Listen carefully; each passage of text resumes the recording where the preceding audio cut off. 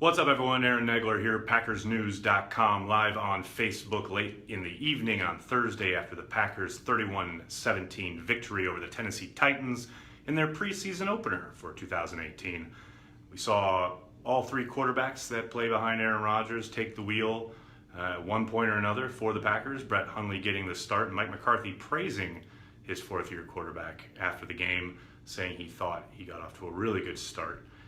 We saw Kaiser do some really nice things, didn't get a ton of opportunity in a 2-minute drill, and we saw Boyle really kind of take command of the huddle and throw some real strikes downfield. Of course, I think a big talking point coming out of this game will be Marquez Valdes-Scantling, who had an outstanding evening. Jay Kumaro showed why he's been the talk of camp.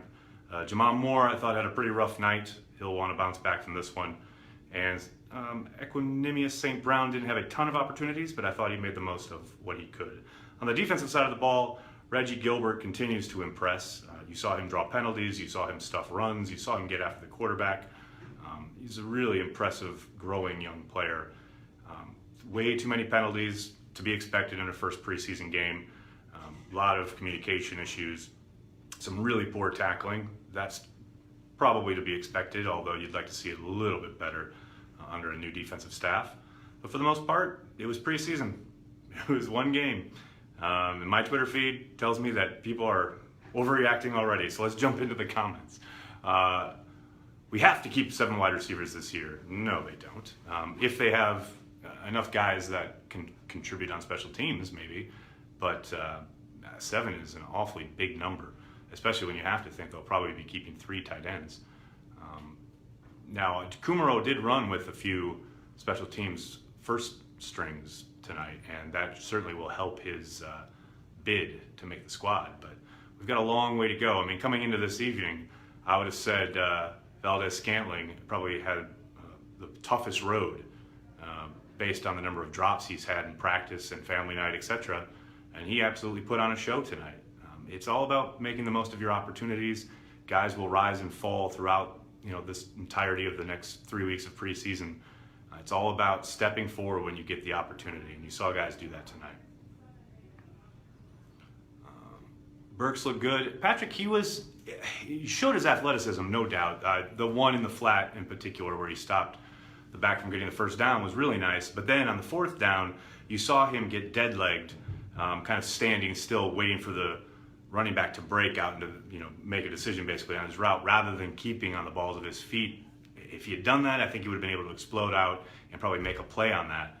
I think that was a really good representation of kind of the up and down nature of his game. But for the most part, I agree. I thought his athleticism really stood out, especially for a defense that hasn't had a ton of quick twitch on it these last few years.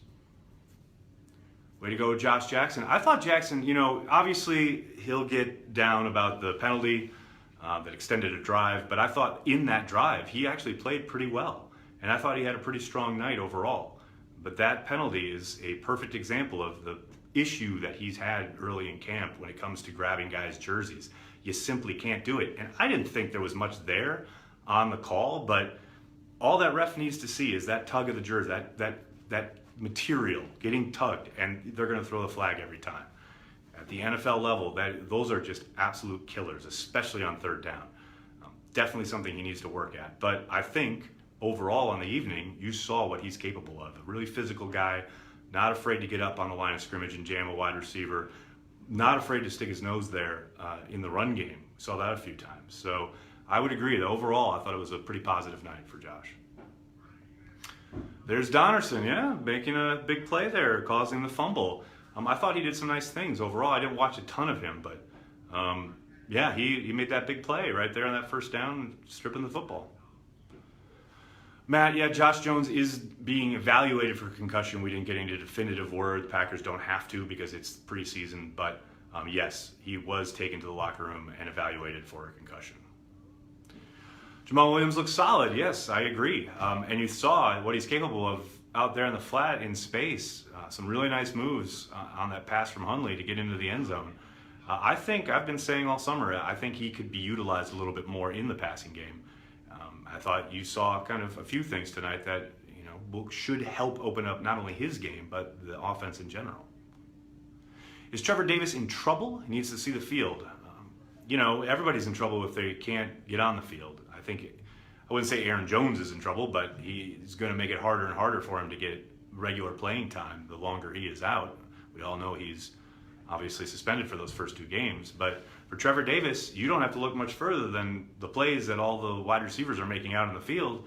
You got Jake Kumaro, burning guys repeatedly and going for a long touchdown. You got Valdes-Scantling making big plays left and right. You better believe Trevor Davis needs to get on the field trying to make his case, because these guys are going to start pulling away sooner rather than later. Is Geronimo a lock to make the roster? I wouldn't say a lock, but I think he's a very good bet. You saw he had an excellent catch tonight. He had a couple instances of working back to the quarterback. That's what you love to see as a QB.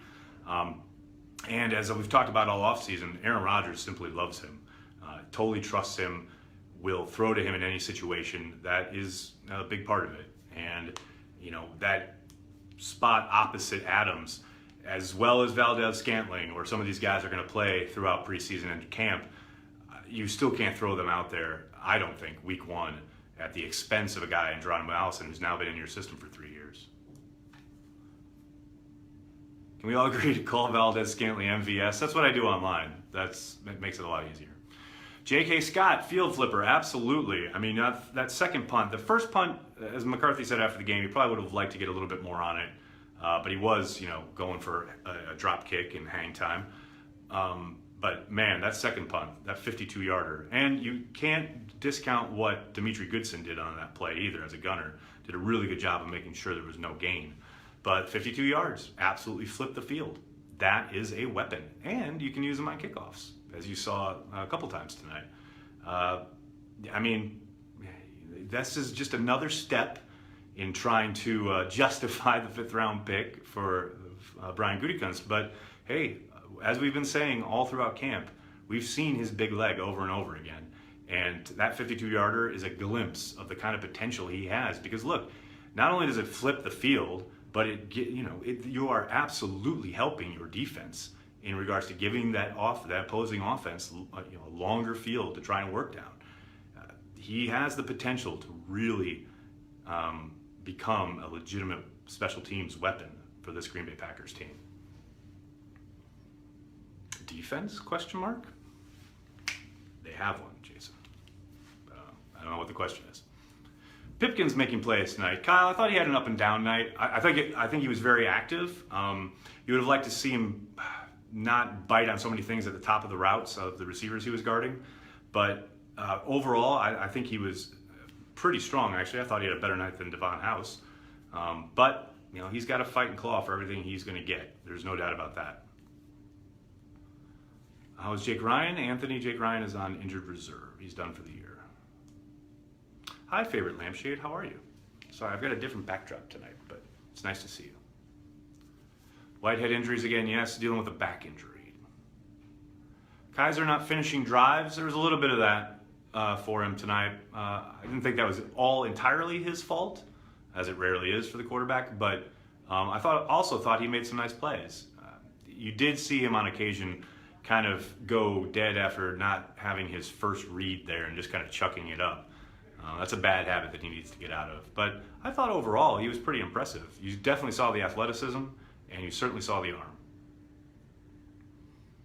Kim Boyle, the next Taysom Hill. Well, they're clearly different players. Hill likes to run around. Boyle loves to stay in the pocket. But you definitely saw Boyle, as McCarthy alluded to after the game, kind of stay within his comfort zone, which is to be a big, tall, drop-back passer and chuck it down the field. He likes to go deep. He likes to throw over the middle. He did a lot of that tonight. But yeah, I think you're going to see him kind of continue to do that. I would be shocked if he actually had a chance of making the 53-man roster, but he has practice squad written all over him, no doubt. Disappointed no Trevor Davis on punt return. Well, he is dealing with a hamstring injury, which is why he was not out there tonight. No, they are not trading for Khalil Mack.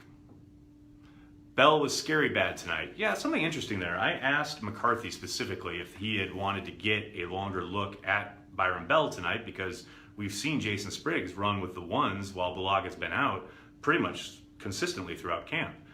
And McCarthy said, There was a decision we made, something happened, and we put Byron over Jason. Something happened. I don't know what something is. It certainly didn't sound like it was because of something that happened on the field. It sounded like something happened off the field.